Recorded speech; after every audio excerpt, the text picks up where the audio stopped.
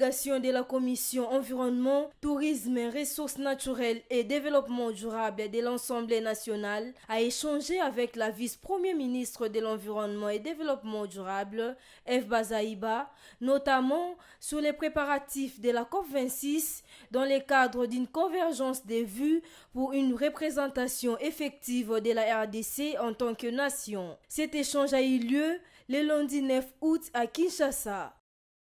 Dans le cadre de la préparation de ces grands forums internationaux, nous avons souhaité que la République démocratique du Congo, en tant que nation, ait un seul son de cloche. Il ne faut pas qu'il y ait des sons discordants au niveau du gouvernement, au niveau du Parlement et au niveau d'autres institutions de la société civile. Il faut parler le même langage. Et donc, il faut qu'il y ait des équipes qui préparent la tenue de ces forums. La question de la coloration des eaux de la rivière Kasaï, qui affecte l'espace phonique environnant, a aussi figuré parmi les points à l'ordre de cette audience. Quelques mois après la remise en service de la centrale hydroélectrique de Moba-Imbongo, les habitants de la ville de Guadoliti, chef-lieu de la province de Nord-Ubangi, replongent dans l'obscurité. Encore certains techniciens sur les lieux, les turbines de cette centrale font face au claquage des diodes de temps à autre. Par conséquent, il est impossible de desservir les courants électriques. Cette situation qui a influencé l'arrêt de la production de l'électricité dans cette contrée du pays paralyse non seulement l'entreprise, mais aussi les activités de la ville. Face à ces problèmes sérieux que connaît la province, les chefs d'entretien électronique de cette source d'énergie indiquent que son entreprise a déjà fait un rapport à la direction nationale à Kinshasa pour décanter la situation. Sur les 3 machines qui ont été installées, aujourd'hui, nous parlons d'une seule machine qui est opérationnelle. Les 2 autres machines sont complètement à l'état où on ne peut pas les utiliser. On a des difficultés de répondre même aux besoins sociaux des agents dans l'entité. Chaque fois, il faut recourir à la direction générale. Chaque fois, il faut poser, il faut que nous attendions le salaire à la direction générale. Vraiment, ce sont des situations qui des fois nous rendent des tâches difficiles. C'est pourquoi nous sommes en train de voir dans la perspective à venir comment étendre les réseaux de la SNEL dans la contrée, alimenter Gemena, alimenter Lissala, alimenter Bumba, et ces villes-là seront une fois alimentées par le courant électrique. Nord-Ubangi, où la centrale hydroélectrique de Moba-Imbongo est érigée, vit les conséquences qui impactent sur les activités socio-économiques, voire socio-culturelles. C'est le cas des maisons d'alimentation, les chambres froides, les bureautiques et cybercafés et tant d'autres maisons d'abonnés. La population dans le noir sollicite l'intervention urgente de la hiérarchie, mais pour cet ingénieur, le problème se situe à ce niveau. Je souhaiterais qu'au fur et à mesure qu'il y a une formation relative à une nouvelle technologie, il faudrait aussi appeler les techniciens de la place à aller suivre la formation. Nous avons compris que la SNEL vient de totaliser 50 ans. Nous souhaiterons un bon anniversaire à la SNEL, bon anniversaire à tous les dirigeants au niveau de la direction générale, à tous les dirigeants au niveau des directions provinciales, et à tous les dirigeants au niveau des départements, disons, au niveau des divisions réparties dans beaucoup de provinces. Mise en place en novembre 1989, cette centrale disposait de 3 machines avec la puissance de 4 MW.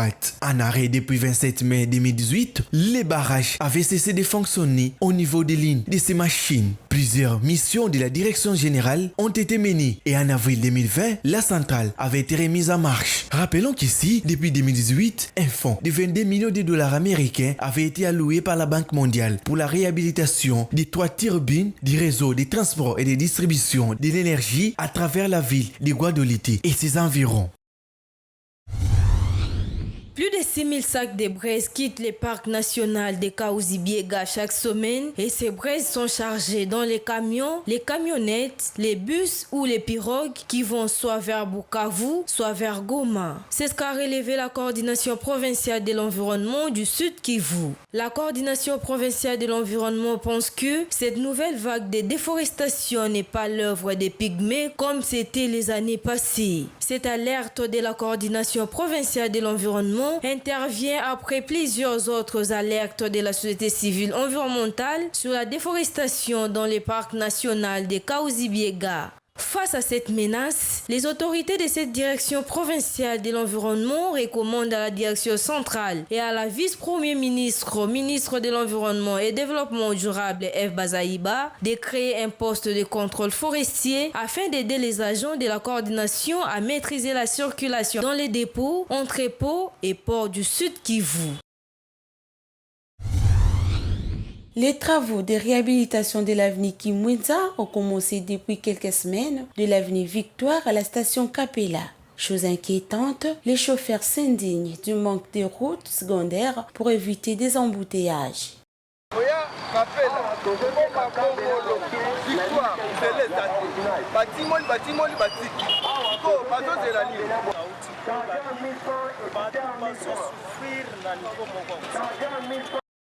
Au croisement des avenues Kimwenza et Bongolo, il est important que la régie des eaux intervienne pour mettre fin aux eaux stagnantes qui font des nids de poules à cet endroit. D'ici peu, la saison des pluies sera de retour. Que va-t-il se passer?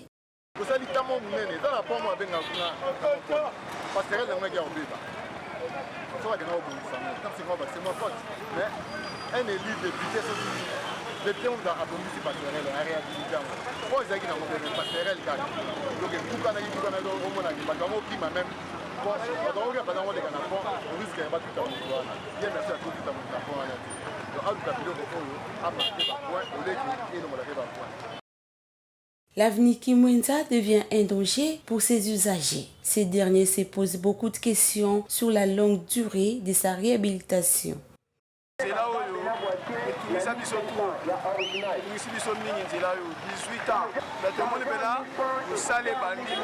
Notons par ailleurs que ces travaux de 14 mois constitueront un vrai handicap pour les usagers de cette route d'importance capitale qui relie plusieurs avenues secondaires.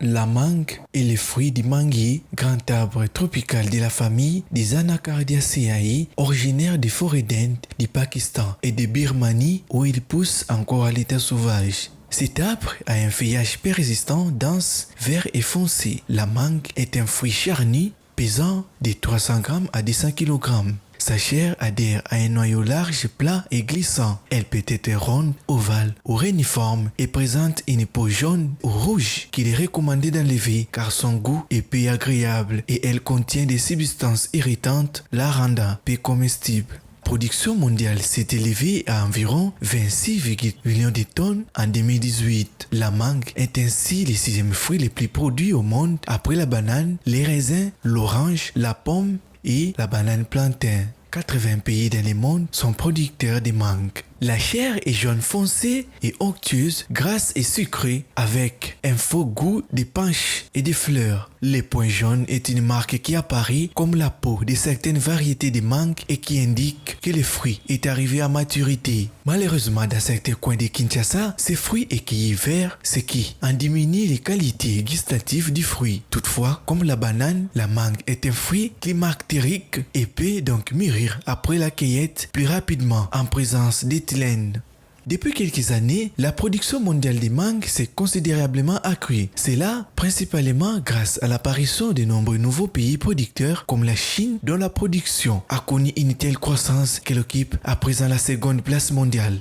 La mangue, on peut la manger naturellement ou l'incorporer aux salades de fruits, aux céréales et aux sorbets. On peut la transformer en coulisses ou faire de la confiture ou des chips. Elle est habituellement utilisée sous forme sèche et moulue dans de nombreux plats et légumes de la cuisine du nord de l'Inde. Une investigation menée par la Science et Nutrition en 2013 a révélé en mai 2019 que les déchets de mangue, dont la peau et les noyaux, ont récemment été testés avec succès en alimentation porcine. Les acteurs de l'étude suggèrent néanmoins moins des études complémentaires sur la digestibilité des provantes et des meilleures formules seront nécessaires pour affiner les recommandations d'utilisation aux éleveurs.